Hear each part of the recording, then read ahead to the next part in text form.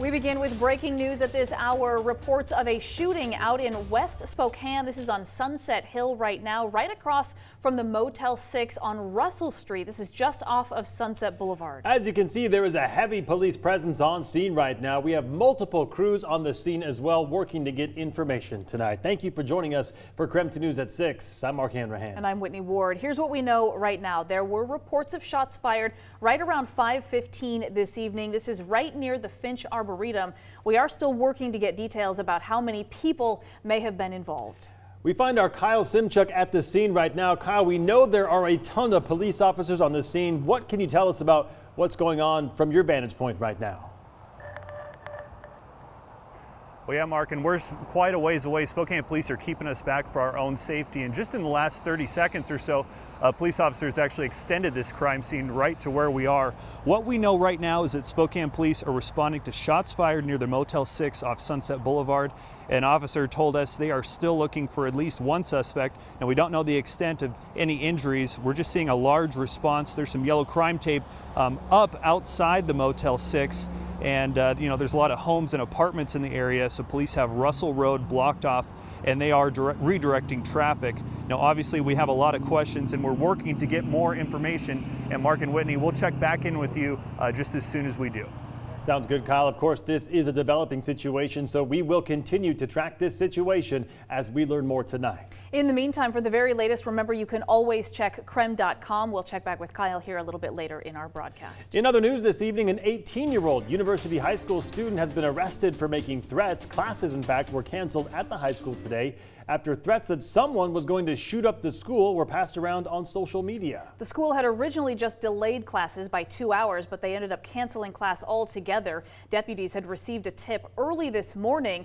Investigators say they did not find a specific threat from the student about shooting up the school, but say they did find evidence the teenager had threatened to kill a 16-year-old classmate. That person was arrested this afternoon and booked into the Spokane County Jail on felony harassment charges with threat to kill.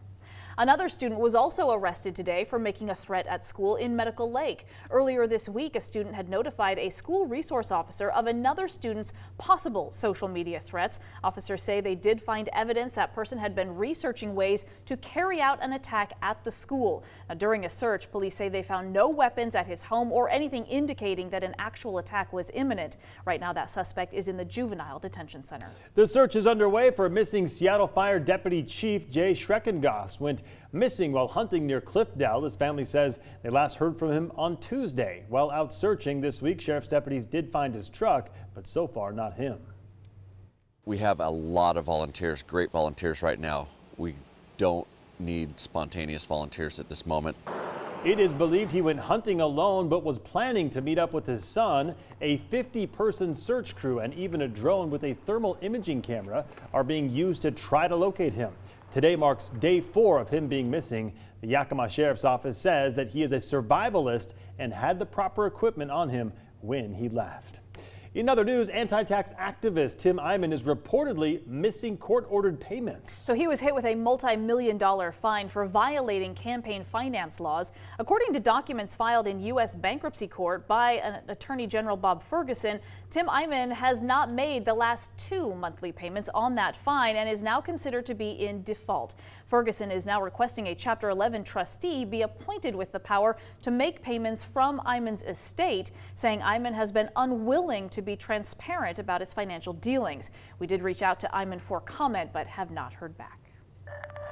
Taking a live look at Snoqualmie Pass at this hour, where pretty soon it'll probably be covered in snow. A chilly weekend storm will be bringing snow over western Washington passes. And here is your sign that it may already be here. This was the view from Stevens Pass this morning.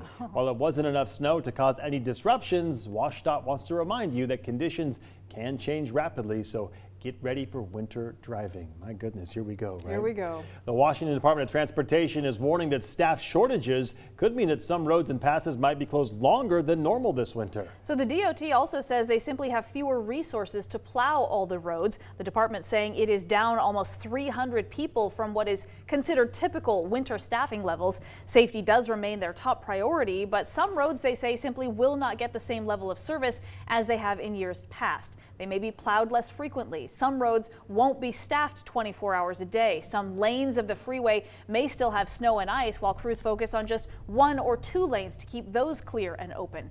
As for crashes and other emergencies, response times could also be longer. This is all perfect segue into weather. We're expecting, of course, more snow over the weekend on mountain passes, but is it enough to get out your skis or your snowboard yet? That's a good question. Meteorologist Michelle Boss is joining us now. Anything that we need to know, or is how substantial are we really talking here? Okay, well, as far as the mountains are concerned, we are expecting accumulating snow over the Cascade passes over the weekend, so it could cause some travel issues there. In the valleys, for the most part, we're just going to be talking about plain old rain, with the exception being some of those northern valleys. The Motel Valley could see some very light snow accumulations, but the ground is still pretty warm, so we're not expecting too many problems, again, in the lower elevations. But just plain old rainfall for folks today, 300 of an inch. The Spokane Airport, as things are winding down. Deer Park and Sandpoint, just under 1/10 of an inch. And still raining out in Coeur d'Alene, 600ths there. OMAC reported 200ths of an inch. Satellite and radar still showing some light rain showers from North Idaho all the way down through the Silver Valley and into the Palouse. Temperature-wise, well, it's been kind of on the cool side with gray skies. 46 in Spokane, 45 in Coeur d'Alene, and it's dropped into the middle and upper 40s across central Washington. Still holding on to 50 in Lewiston. We'll see a few lingering sprinkles, I'd say in the Spokane Valley, Post Falls area for the next hour or so, but the rain shower should be winding down later this evening. Temperatures will be falling down into the 30s overnight, but I expect it's going to stay above freezing tomorrow morning. 36 for your low on Saturday morning with some additional showers, the high of 48, and then just isolated mountain showers on Sunday, the high of 46, breezy both days. All right, Michelle, thank you very much. Well, Spokane getting its own professional soccer team, but now the question is, from what league?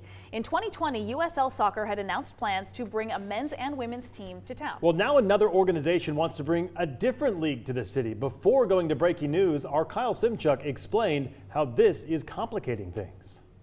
Well, there can only be one team, and for the past year and a half, USL Spokane seemed to have secured its spot. They were even invited to be part of the new downtown stadium design process. Now, Brett Sports, the organization that owns the Spokane Chiefs and Spokane Indians, has confirmed they are exploring bringing a different soccer league to Spokane. Brett Sports envisions a type of MLS farm team which would develop talent for larger markets. Brett Sports wouldn't talk on camera, but did give us this statement saying, "We are very excited about the possibility of partnering with the MLS and Public Facilities District. As is the case with our other teams, the Spokane Indians and the Spokane Chiefs, our goal is to provide affordable entertainment for the Spokane community." But USL Spokane argues its team would be built for Spokane by Spokane. And our objective isn't to develop talent that's going to be in a faraway market. Our objective is to develop talent here with our own community, and our players will live here, their families will be here, and they will be a part of us. Now, each organization will make a pitch to the facilities district, who will have the final say. That decision will come before the end of the year. Organizations will have to demonstrate their experience, financial abilities, and other qualifications in running a professional soccer team. Thank you very much. There is an interesting three-way tiebreaker tonight in high school football. East Valley, West Valley, and Clarkston all finished tied for second in their league. So only the top 2 teams get to go to state. Our Brenna Green live right now at the East and West Valley game to explain this very interesting tiebreaker situation. Hi, Brenna.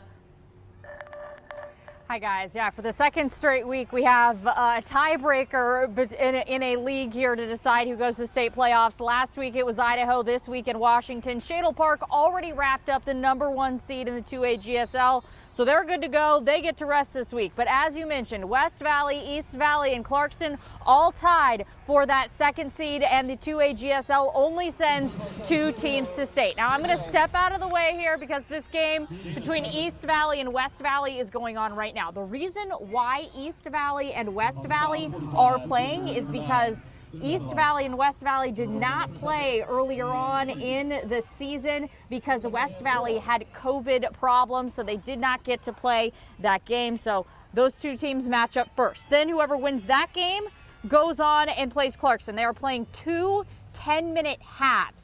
So that's how they're making these games a little bit shorter than normal. Whoever plays Clarkston plays another 2 10-minute half game, and and we'll see whoever wins that game ends up getting the second seed to go to state. Right now, East Valley and West Valley both came out on their opening drives, both scored, so it is 7-all here. There's about 5 minutes left in the first half, I guess you could say.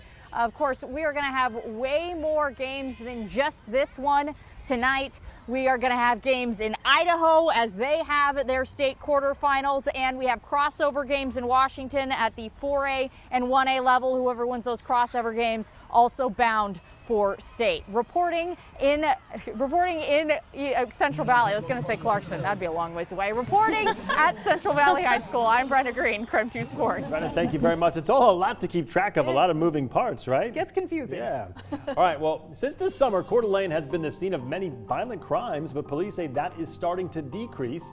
The reason for the change coming up next. Plus, this Sunday marks daylight saving time and the switch to fall back, but one Washington lawmaker trying to get rid of it altogether. More on that just a little bit later in the show.